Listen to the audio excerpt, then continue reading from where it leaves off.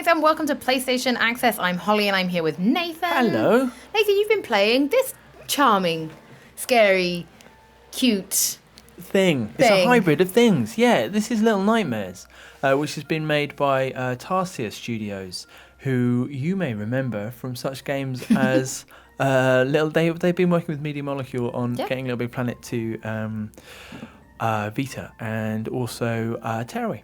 So that's, you can kind of imagine the kind of studio that they are. They've been working kind of in that creative mould.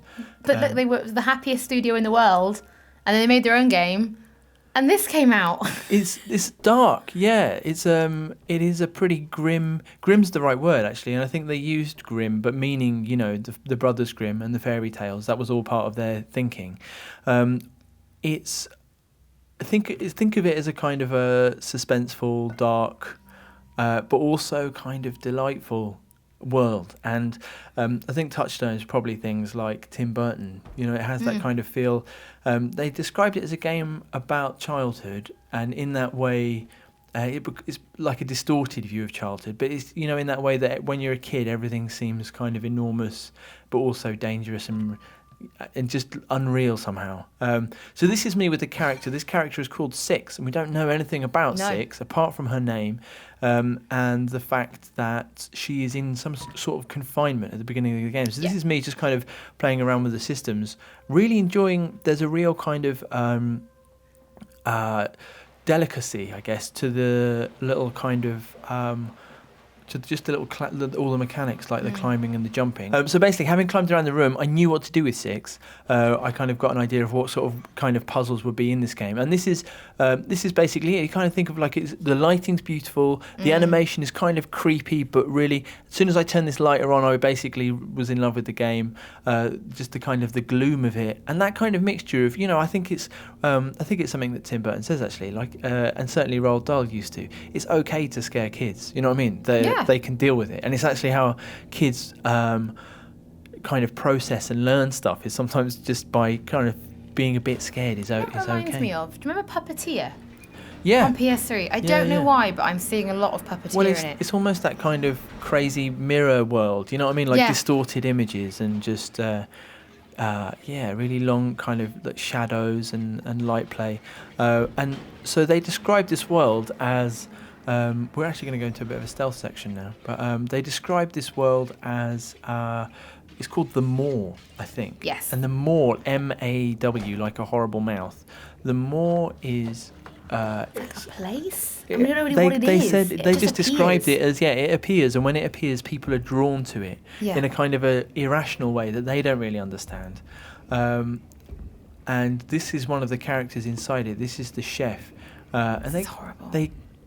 It's really hard to understand. Like, they kind of talked about him before, and then when you see him, he's so imposing and unpleasant and physical and kind of corpulent.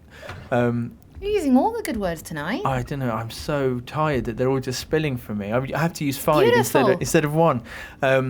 This stealth section was, I don't like. It's not like it's not like an MGS stealth section, but there was, like, I kind of knew what I had to do. It was all like pretty straightforward, but there was just this heightened. I love the atmosphere in this place. The Maw looks like it's probably on a ship, and if you look at the screen, there is kind of just a tilting, rocking action to it. Well, if you saw the first room, and when you pick the ball up and you put it down, it just sort of rolled away. Something is shaking. The Maw did look like it was surrounded by water when they showed us a very small little picture of it, almost like a diagram, wasn't it? At the beginning of like a presentation we had before this. And so this is me finding somewhere else. So like I said, like, you kind of know what to do, because like there's just a little. I'm sure his route is prescribed around the kitchen, but it's just, there's a kind of a joy to, even if you kind of know where you should go, there's a joy to being in this kitchen, and also like genuine fear about not wanting to be discovered, and not really knowing where I was going to go next. And look at the way he moves. It's horrible, just all of it. But if I remember rightly, well, the problem was that it turned out that this table wasn't a brilliant place to hide. Horrible, but he could absolutely see me, and I thought there's a sprint button, right? So I thought I can sprint away from this big guy. Look, he's reaching under the table. I didn't see that when I was playing, so I was so concentrated. And I was looking for the door, and then I was like, okay, man, so this is what I should have done the first time, Holly. I'm about to. There you go. Now you see the shelf. This thing on top of the shelf has fallen down again. and the chef can't catch me, and I'm into the air vent. So what I found really horrific is I can see him in that porthole. He knows you're in here. He's banging on the door. It's really scary. I didn't know if he would be strong enough, to. Look at that. Yeah. That's No, really there's his scary. eye. No, thank you. So there's so this is the next room. This is kind of almost all there is in the game. So obviously, I know at this point, I love platformers which build in terms of here's a mechanic, and you go, okay, I can grab things, and then it's and now I'm going to kind of diversify that. Yeah, and I'm with going to move that through. And when the diversification is with sausage meat, as it is here, then I'm so on board. So obviously this is a big sausage machine, like we've all got at home, and I have to. I think you and I were both playing this, and we immediately saw that the sausage chain there could be a link to getting me into that vent on the other side of the room, and then it was just kind of a matter of figuring out where do we get more sausage meat, which is. So how do I sausage? How do I sausage? Yeah, it's a big question in everybody's lives. And what we talk about, we were kind of talking about, the grimness. This over here, the blood drain. And here we finally kind of discover another little handle which brings down this elevator and brings us upstairs to Sausage Heaven.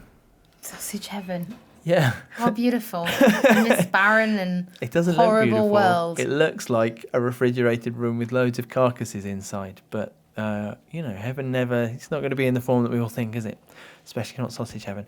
This, again, there was a real, all of the objects have got, these ones are noisy as well, but there's a real, there's a tactile quality to them. I like it. It did remind me of Little Big Planet. When he grabs hold of things and he pulls them. Yeah, and the physics. You get a sense of how small he is and how big all the things that he's interacting with are. You get the same with 6 and these joints of meat. And they're making kind of you'll be able to hear it on the video, guys, but you kind of a slippery, slick, squelching noise. Yeah. That's awful. Yeah. Yeah, it is. That is awful. Yeah. I don't like that. And always contrasted with the the cuteness and the big-headedness of the design of 6. Here I am.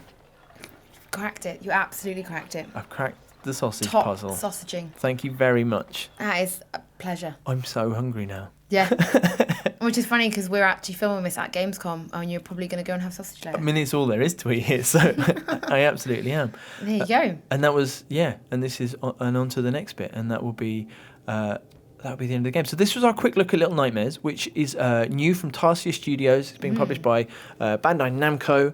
We're going to have more in it when we can. I'm keeping an eye on it in much the same way, I think it's just going to be one of those little treats that kind of that drops in every now and again. Thank you, Hollie, for playing the game with me. Thank you guys for watching, and do stay tuned. We're going to have loads more from Gamescom coming up on the channel.